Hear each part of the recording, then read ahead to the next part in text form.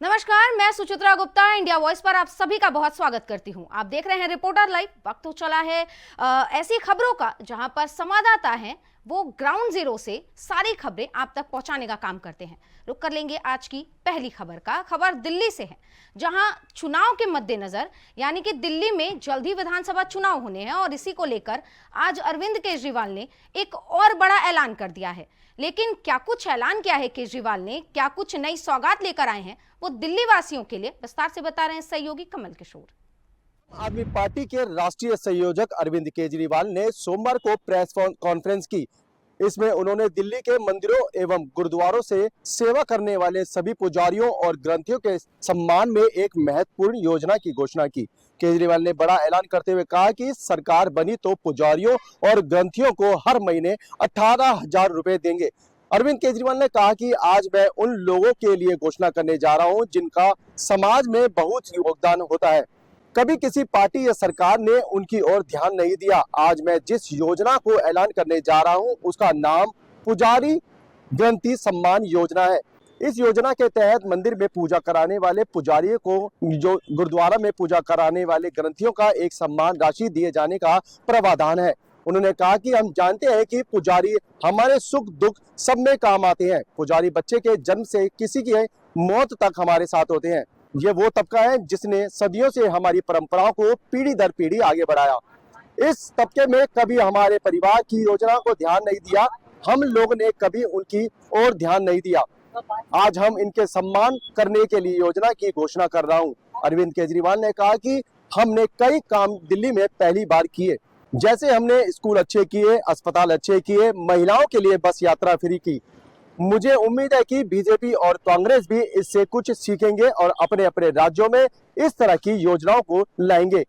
इस योजना का मंगलवार से रजिस्ट्रेशन शुरू होगा। योजना की शुरुआत करने के लिए मैं कनॉट प्लेस के हनुमान मंदिर जाऊंगा, वहां के पुजारियों का रजिस्ट्रेशन कराऊंगा। वीडियो जर्नलिस्ट के साथ मैं कमल किशोर, इंडिया वॉइस, दिल्ली। अगली खबर प्रयागराज से है, जहां इस समय कुंभ 2025 की तैयारियां जोरों पर हैं और यहां अलग अलग अखाड़ों की धर्म ध्वजाएं महाकुंभ क्षेत्र में सबका ध्यान अपनी ओर आकर्षित कर रही हैं। लेकिन कैसी है ये ध्वजाएं जिसकी वजह से सब वहां अपना ध्यान लगाए हुए हैं, विस्तार से बता रहे हैं सहयोगी शोएब रिजवी। प्रयागराज में आयोजित होने वाले महाकुंभ 2025 की तैयारियां जहां प्रशासनिक अमले की तरफ से जोर शोर से की जा रही है, वहीं अखाड़ों ने भी अपनी तैयारियां लगभग पूरी कर ली है। अब वो मेला क्षेत्र में बसने को बस बेताब हैं। आज बाकायदा निरंजनी अखाड़े ने अपनी धर्म ध्वजा की स्थापना की। ये एक परंपरा है जिसका निर्वहन किया जाता है विधि विधान के साथ, बाकायदा पूजा पाठ करके। साधु संतों की बड़ी संख्या में मौजूदगी के बीच जो निरंजनी अखाड़े से जुड़े साधु संत हैं वो अपने धर्म ध्वजा का उन्होंने वहाँ पे स्थापना की है। ये सदियों से चली आ रही परंपरा है जिसका निर्वहन किया जा रहा है। बाकायदा संगम क्षेत्र में निरंजनी अखाड़े की इस धर्म ध्वजा के स्थापित होने के बाद जल्द ही उनकी पेशवाई उनकी छावनी में, यानी जहाँ पे धर्म ध्वजा है वहाँ पे जो बने हुए शिविर हैं वहाँ पर पहुँचेगी। तो उम्मीद की जा रही है कि जिस तरह से जिस तेज़ी के साथ जो अखाड़े हैं वो अपनी धर्म ध्वजा को स्थापित कर रहे हैं और उनकी छावनी प्रवेश हो रही है, उसी कड़ी में निरंजनी अखाड़ा भाई जब वहाँ पे पहुँच जाएगा तो मेले में साधु संतों की लगातार उपस्थिति देखने को मिलेगी। हालांकि 13 जनवरी से स्नान पर्व की शुरुआत होगी और मेला विधिवत तरीके से 13 जनवरी से शुरू होगा। जो शाही स्नान है वो 14 जनवरी को है। उससे पहले ज़्यादातर अखाड़े वहाँ पर स्थापित हो जाएंगे, उनके कैंप स्थापित हो जाएंगे। उसी कड़ी में आज बाकायदा धर्म ध्वजा की स्थापना की गई है, विधि विधान के साथ पूजा अर्चना करके उसको स्थापित किया गया है और अब आने वाले दिनों में इनकी पेशवाई के साथ वो छावनी में प्रवेश करेंगे। Shoaib Rizvi, India voice, Prayagraj. अगली खबर लखनऊ से है, जहां से सपा प्रतिनिधि मंडल ने संभल का दौरा किया। जी हां, 24 नवंबर को संभल में हुई हिंसा के बाद जो लोग मारे गए थे उनके परिजनों से संभल में जाकर सपा डेलीगेशन ने मुलाकात की और 5-5 लाख रुपए का चेक उनके हाथ में सौंपा है। इस दौरान क्या कुछ वहां रहा खास, विस्तार से बता रहे हैं सहयोगी मोहम्मद आसिफ। समाजवादी पार्टी प्रमुख अखिलेश यादव के निर्देश पर सपा का डेलीगेशन आज संभल पहुंचा, जहां पर सपा के डेलीगेशन ने हिंसा के दौरान मारे गए नौजवानों को 5-5 लाख रुपए का चेक सौंपा और साथ ही साथ पीड़ितों के जख्म पर मरहम लगाने की कोशिश की। सपा नेताओं ने पीड़ितों को यह आश्वासन दिया कि वह उनके हर लड़ाई में शामिल रहेंगे और उनके साथ किसी भी तरह का अन्याय नहीं होने देंगे। दरअसल बीते 24 नवंबर को यूपी के संभल में शाही मस्जिद के सर्वे के दौरान बवाल हो गया था। शुरुआती दौर से ही समाजवादी पार्टी लगातार बीजेपी सरकार पर दंगा कराने और साथ ही साथ पुलिसिया कार्रवाई में निर्दोषों को फंसाने का बयान दे रही है। खुद सपा प्रमुख अखिलेश यादव ने बयान दिया था कि संभल में ईवीएम में हुई गड़बड़ी से ध्यान हटाने के लिए बीजेपी सरकार ने संभल में हिंदू मुस्लिम मंदिर मस्जिद का मुद्दा उठाया और यहां पर बवाल करा दिया। आज सपा प्रमुख अखिलेश यादव के निर्देश पर नेता प्रतिपक्ष माता प्रसाद पांडे लाल बिहारी यादव की अगुवाई में समाजवादी पार्टी का डेलीगेशन संभल पहुंचा, जहां पर सभी नेताओं ने पीड़ित परिवारों से मुलाकात किया और साथ ही साथ हिंसा के दौरान मारे गए लोगों के परिजनों को 5-5 लाख रुपए का चेक सौंपा। फिलहाल जिस तरह से 27 के रण को लेकर समाजवादी पार्टी बेहद एक्टिव है और बहराइच और संभल को लेकर एक चुनावी हथियार बना चुकी है, ऐसे में समाजवादी पार्टी को आने वाले चुनाव में कितना फायदा मिलता है यह समय बताएगा। सहयोगी फैज के साथ आसिफ बेग, इंडिया वॉइस। एक और अरविंद केजरीवाल दिल्ली के पुजारियों को वेतन देने की बात कर रहे हैं, तो दूसरी ओर मौलानाओं को 17 महीनों से वेतन नहीं मिला है। इसको लेकर वक्फ बोर्ड मस्जिद के इमामों ने अरविंद केजरीवाल के घर के बाहर विरोध प्रदर्शन किया। क्या कुछ है ये पूरा मामला, विस्तार से बता रहे हैं सहयोगी कमल किशोर। इमामों ने आज वेतन न मिलने के खिलाफ सोमवार को आम आदमी पार्टी के राष्ट्रीय संयोजक अरविंद केजरीवाल के 5 फिरोजशाह रोड स्थित आवास के बाहर प्रदर्शन किया। ऑल इंडिया इमाम एसोसिएशन के अध्यक्ष मौलाना मोहम्मद साजिद रशीद के नेतृत्व में विरोध जता रहे इमामों ने कहा कि अगर हमारे सवालों के जवाब नहीं मिले तो हम लोग केजरीवाल के आवास के बाहर धरने पर बैठ जाएंगे। धरने पर तब तक बैठे रहेंगे जब तक हमें अपने वेतन नहीं मिल जाता। इस मसले को लेकर ऑल इंडिया इमाम एसोसिएशन के चेयरमैन साजिद रशीदी ने कहा कि 17 महीने हो गए हैं और हमें वेतन नहीं मिला।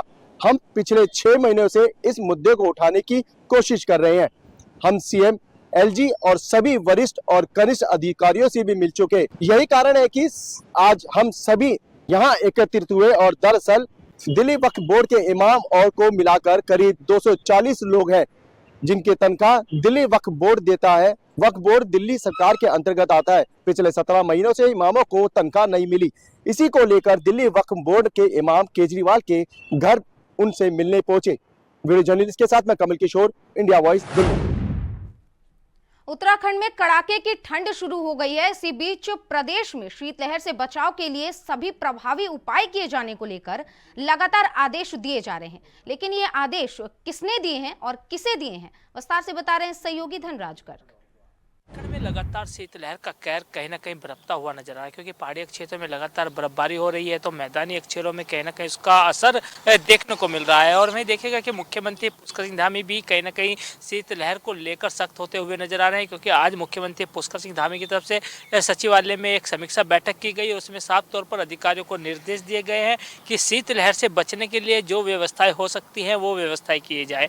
रेन बसेरों की जो व्यवस्थाएं हैं रुकने की वो दुरुस्त की जाए और इसके साथ ही जो अलाव का प्रबंध है वो भी किया जाए। और इससे इतना ही नहीं बल्कि मुख्यमंत्री पुष्कर सिंह धामी ने जिम्मेदारियां भी तय की है कि जो एसएसपी है या जिला अधिकारी है उनके माध्यम से उनको एक जिम्मेदारी दी गई है कि वो रात को निकलकर निरीक्षण भी करें कि कहां पर अलाव जल रही है और कहां पर नहीं जल रही है, और इसका संज्ञान लें और किसी भी व्यक्ति को शीतलहर से कोई दिक्कत ना हो, सर्दी ना लगे, उसके लिए तमाम तरह के जो असहाय लोग हैं उनके लिए दस्ताने हों या मोजे हों या फिर कंबल हों, इस तरह की चीज़ों की व्यवस्था करने के निर्देश भी मुख्यमंत्री पुष्कर सिंह धामी की तरफ से दिए गए हैं। और वहीं मुख्यमंत्री पुष्कर सिंह धामी ने कहीं ना कहीं अधिकारियों को साफ तौर पर कहा है कि जो रात के समय में इस तरह के लोग हैं जो उत्तराखंड आते हैं उनके बैठने की व्यवस्था भी की जाए और बैठने के साथ साथ उनके पढ़ने की व्यवस्था भी कहीं ना कहीं रैन बसेरों में की जाए। और इसके साथ ही जो अलाव ऐसी जगहों पर जलाया जाए जहां पर सबसे अधिक लोग आते हैं और उसका प्रचार प्रसार भी कहीं ना कहीं प्रशासन के द्वारा किया जाना चाहिए। ये मुख्यमंत्री पुष्कर सिंह धामी ने निर्देश दिया है। अब देखने वाली बात होगी कि मुख्यमंत्री पुष्कर सिंह धामी के निर्देश के बाद प्रशासन किस तरीके से हरकत में आता है और किस तरीके से अलाव का प्रबंध करता है। हालांकि नगर निगम के द्वारा पहले से ही जो अलाव के प्रबंध है वो लगातार किए जा रहे हैं, क्योंकि जो नगर आयुक्त हैं नमामि बंसल, उन्होंने भी साफ तौर पर कहा था कि उत्तरा राजधानी देहरादून के अंदर 40 जगह ऐसी चिन्हित की गई है कि जहां पर कहा जाए कि जो अलाव का प्रबंध है वो किया गया है और यदि आगे आने वाले समय में सर्दी बढ़ती है तो उसकी संख्या को बढ़ाया भी जा सकता है। और वहीं रैन बसेरों के लिए भी उन्होंने कहा था कि कहीं ना कहीं जो व्यवस्थाएं हैं वो दुरुस्त की गई हैं और जो कमियां हैं उनको भी दूर करने का प्रयास किया जा रहा है। India voice, Dhanraj Garg, Dehradun. रुक करेंगे अगली खबर का। खबर लखनऊ से है, जहां शासन और लखनऊ विकास प्राधिकरण की टीम हेरिटेज जोन पहुंची। लेकिन क्यों, क्या है ये पूरा मामला, विस्तार से बता रहे हैं सहयोगी निखिल रस्तोगी।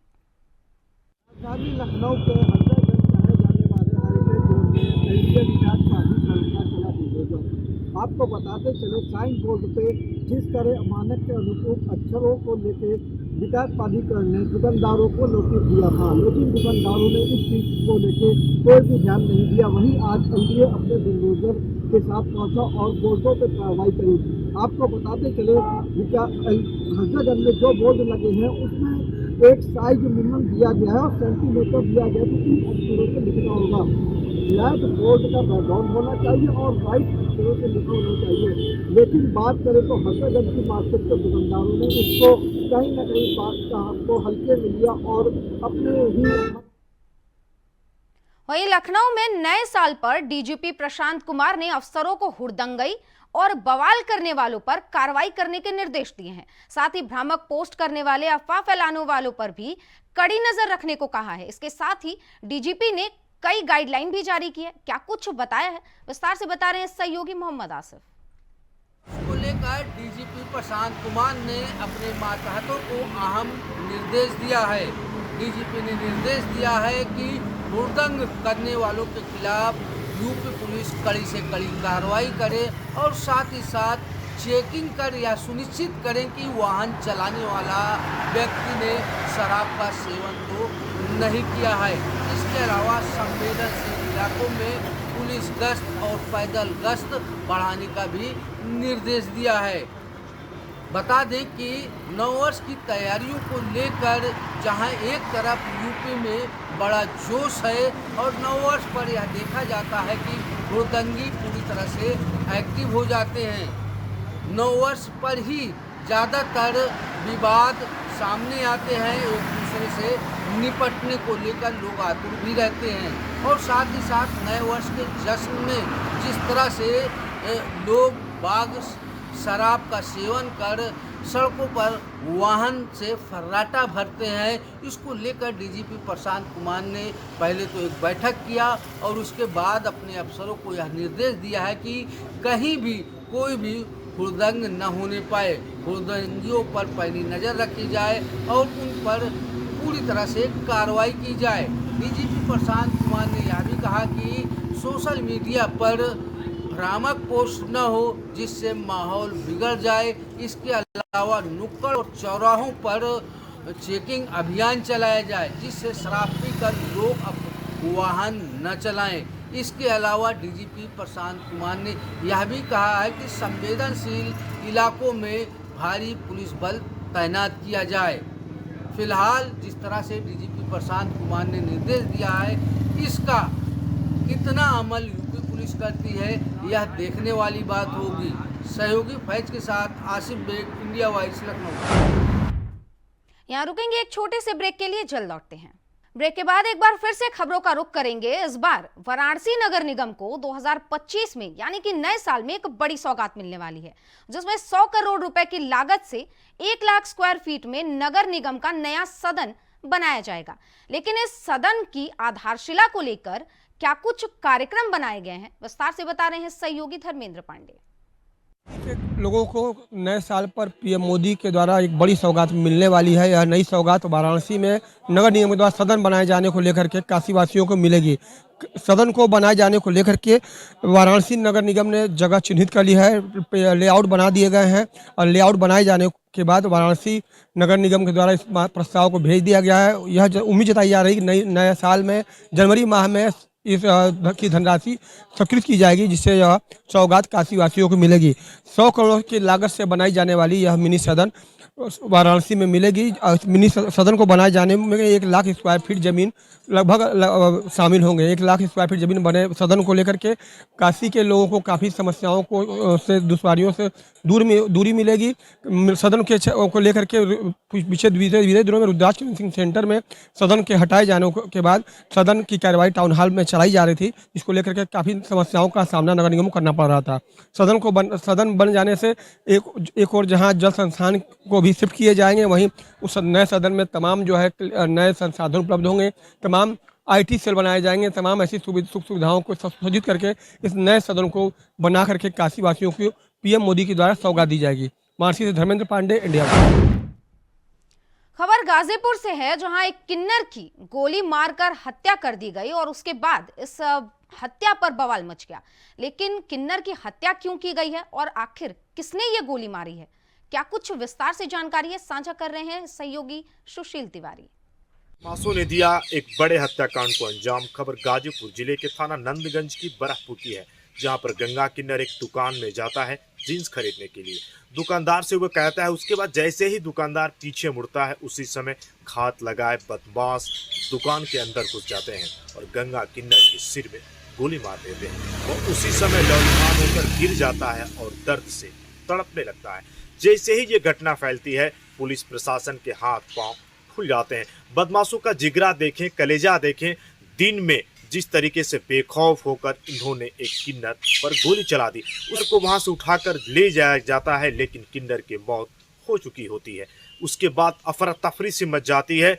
गाजीपुर जिले की एक ऐसी वारदात जिसको बदमाशों ने दिया अंजाम।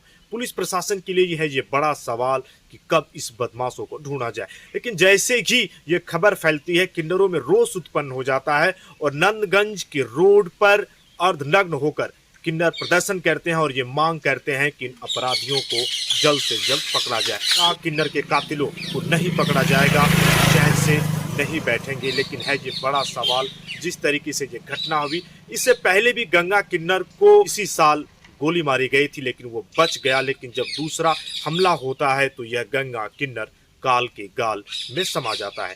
गंगा किन्नर के पिता ने बहुत सारे आरोप लगाए हैं और उन्होंने कहा है कि इसमें कुछ लोग हैं जो मुलव्विस हैं। लेकिन पुलिस कैसे ढूंढती है इन बदमाशों को और करती है इसका पर्दाफाश, जहां गाजीपुर जिले में मच चुकी है अफरा तफरी। गंगा किन्नर की मौत, दिन दहाड़े दिया गया इस घटना को अंजाम। इंडिया वॉइस के लिए सुशील तिवारी। अगली खबर कन्नौज से है, जहां बिजली विभाग के तानाशाही फरमान से आम जनता परेशान है। लेकिन क्या ये फरमान सुनाई गई है जिसकी वजह से लोगों को परेशानी उठानी पड़ रही है? पूरी खबर पर जानकारी दे रहे हैं सहयोगी राम ऋषि पांडे। गांव क्षेत्र में कई गांव की बिजली काट दी गई है।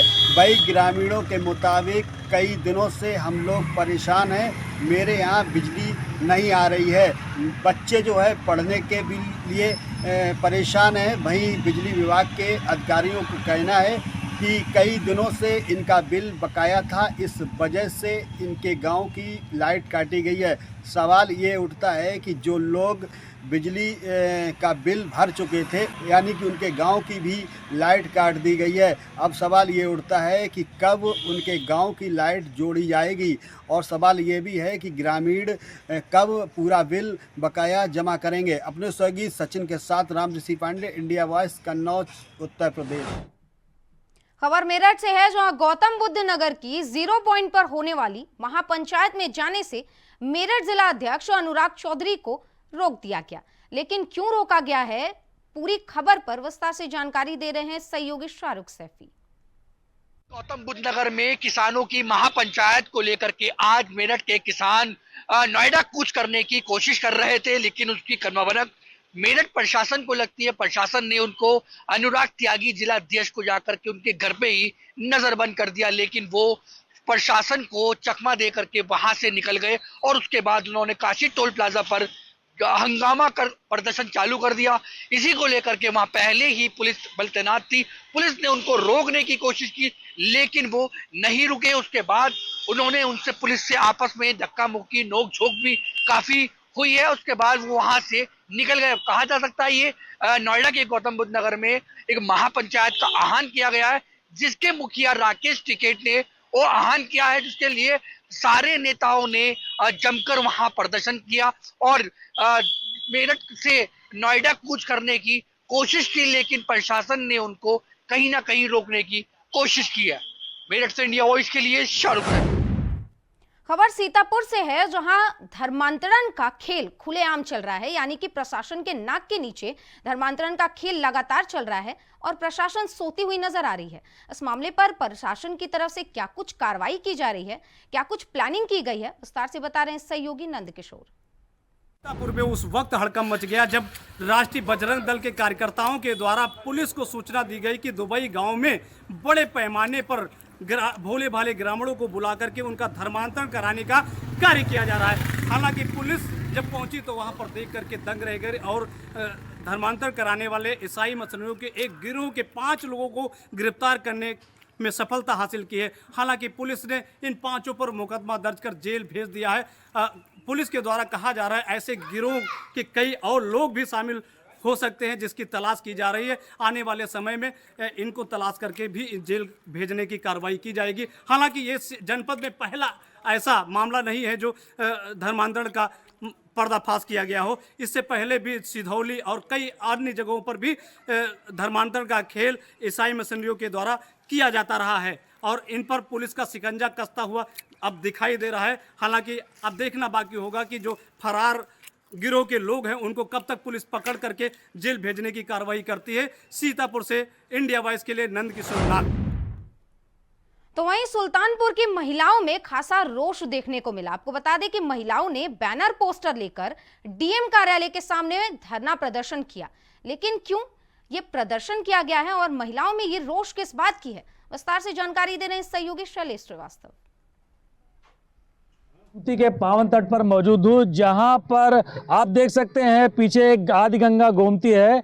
इसको बचाने के लिए यहाँ पर गोमती मित्र मंडल के तमाम पदाधिकारी आज एक समूह बनाकर डीएम ऑफिस पहुँचे, जहाँ पर उन्होंने कृतिका जोशना को एक ज्ञापन सौंपा, जहाँ पर उन्होंने ये कहा कि आदि गंगा गोमती में डायरेक्ट कोई भी सीवर का पानी या नाले का पानी नहीं जाना चाहिए। यहाँ तक कि इसके संरक्षक ने बताया कि करीब 6 डीएम बदल चुके हैं, जिनको तमाम तरीके से ज्ञापन दिया गया है और उनसे रिक्वेस्ट किया गया है कि आदि गंगा गोमती को बचाने के लिए ये उपाय किए जाएं। लेकिन प्रशासन द्वारा कोई भी कार्रवाई अभी तक नहीं की जा चुकी है। अभी आपको बता दें, इसके प्रदेश अध्यक्ष रुद्र प्रताप सिंह मद्दन से भी बात हुई है, जिसमें उन्होंने कहा है कि प्रशासन को पूरी तरह हम चेतावनी दे रहे हैं, नहीं तो आने वाले समय में गोमती मित्र मंडल आंदोलन भी करेगी।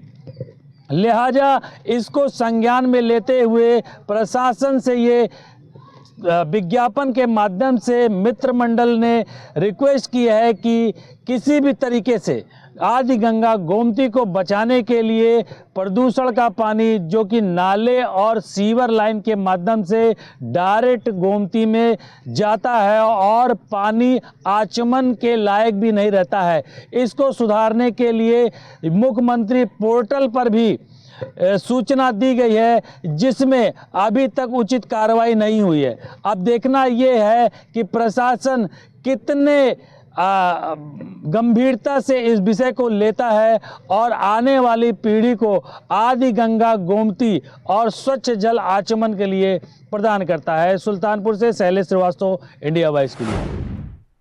तो इसी के साथ रिपोर्टर लाइव में आज के लिए बस इतना ही। देश और दुनिया की तमाम खबरों के लिए आप बने रहिए इंडिया वॉइस के साथ। नमस्कार।